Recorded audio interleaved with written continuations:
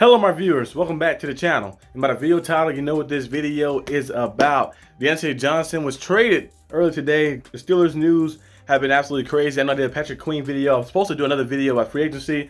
I got to do a triple upload today actually. So I'm about to get another video coming out right after this one too. So be on the lookout for that too, probably 30 minutes to an hour after. But I was at Top Golf when it happened. I was playing Top Golf. I told you guys I'm like Phil Mickelson. I'm like Tiger Woods. I'm like Annika. I'm like all of them, you know, combined in one. I'm one of the best golfers in the world. No, I'm not actually, but I was hitting all right, you know. My hand hurting a little bit, so I probably was swinging wrong. It's spazzing up, but still got enough juice, enough energy to make this video right here. But crazy trade. Diontae Johnson, I kind of figured that he was probably on a trade market because the way the Steelers kept hitting into it. On the last year of his deal, he's 29 years old, and you know the Steelers, they usually only pay the receivers if it's like a guy like on that level, like Antonio Brown type, you know, those guys you're like, okay, we can't replace this guy type of guys. They paid him the big money. But DJ is don't get me wrong, he's a good player, but he's not like no super duper game changer where I'm like, I'm losing sleep if I lose him or something. But I think the Steelers going younger, getting George Pickens being the bona fide number one, of course, and also Kevin Austin is still there too as well. Hopefully he started emerging more. But I think we go out there and draft the receiver. Maybe Ricky Purcell. I've been talking about him, you know, from Florida. He's an amazing player. Very shifty, very quick. Jarvis Landry type, Cooper Kupp type of guy. He's very tough. Plays very tough, very fast, hard-nosed football. And I think he'll work well paired up next to George Pickens type.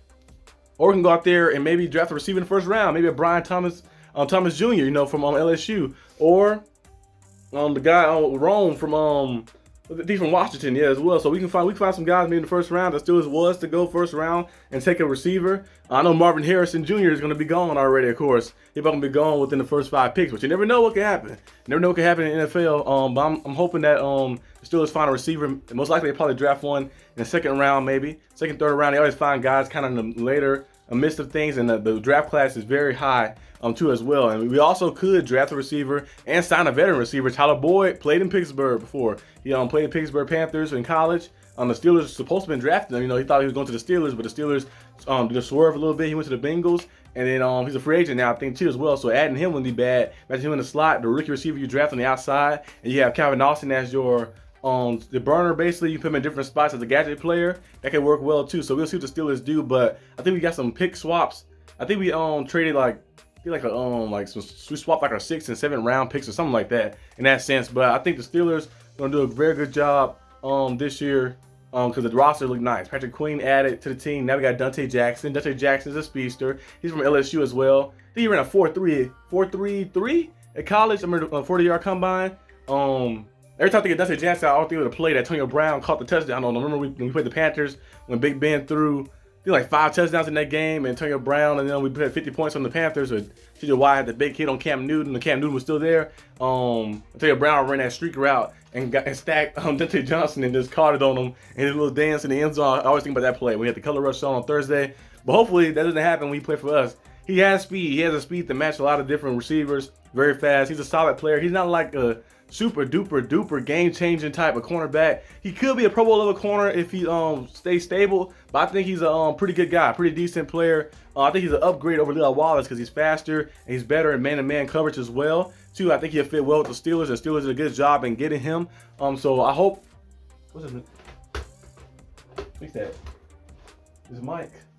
But I hope he comes here and he just keep playing and get better and better and better. He's a solid tackler, but you know, most of our cornerbacks got to work on tackling a little bit because JPJ did a better job as the season went on.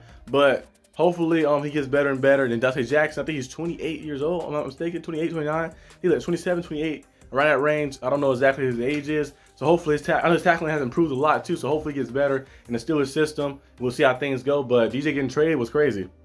Let me know in the comment section down below what receivers you think the Steelers should go out there and try to bring in on the team. It's probably like I said, Ricky Purcell. Who else? Johnny Wilson is a guy who could be a guy you can go after, but I don't think you might have to go like early round for him. That's a 6'7" receiver from Florida State. If you haven't seen Absolute Beast before, type in Johnny Wilson, receiver from Florida State. Man is 6'7". Woo! 6'7" receiver. Very powerful. He used his height. He not use his height. He's very powerful. Big receiver, he has speed as well. So I think adding him would be great too. So the Steelers will probably find a way to find a guy and bring him in, implement him in the system, and just find to bring the best out of them. So we've seen us handle middle linebacker with Patrick Queen.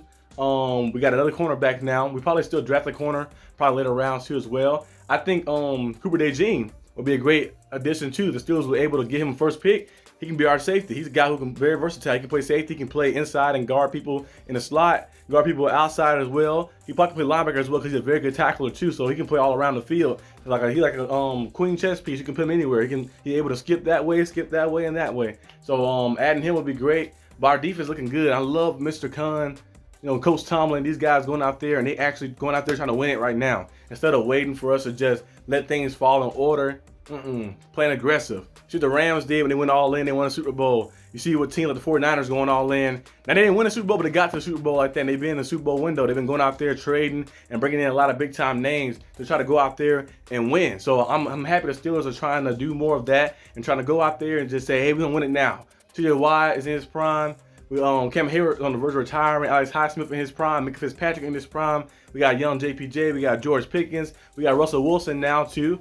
Still in his prime, in the midst of his prime. I know he had a little shaky grounds with the Broncos, but we've seen a lot of quarterbacks throughout history who went to a different place, but it didn't turn out well. But then they got to the next place. Remember Kurt Warner went to the Giants. It didn't work out too well for him. But what happened when he went to the Cardinals? Got him to the Super Bowl. Brett Favre went to the Jets. Now I think he had the Jets at like 8-3, 8-4. He got injured during the Jets, and then in the tenure of the Jets didn't end well. But what happened? Went to the Vikings, got them to the NFC Championship, and probably would have made the Super Bowl too if he didn't throw an interception across his body, throw a pass across his body, and got picked off. But we're seeing quarterbacks get some bad stops in maybe a few years or so, and then find a new home and go out there and shine. So hopefully we see Russell Wilson come out here and shine with us in his new system, his new scheme. Patrick Queen, Jesse Johnson's been traded, so now we got Diontae Jackson here, and we're gonna see what the Steelers do in the draft. I got a mock draft probably coming too on Thursday. After seeing all the things, I was gonna do it early in the week, but I was waiting until after free agency happens because to see all the moves we make, so I can know how to draft properly like we was to draft. So be on the lookout for that on Thursday. But yeah, just stay tuned for more to come. When you watch this video, probably about an hour after, gonna be another video coming out about the free agency stuff, a little quick rehab on some of the things. So stay tuned for that, and I'll see you guys next time on the channel. Here we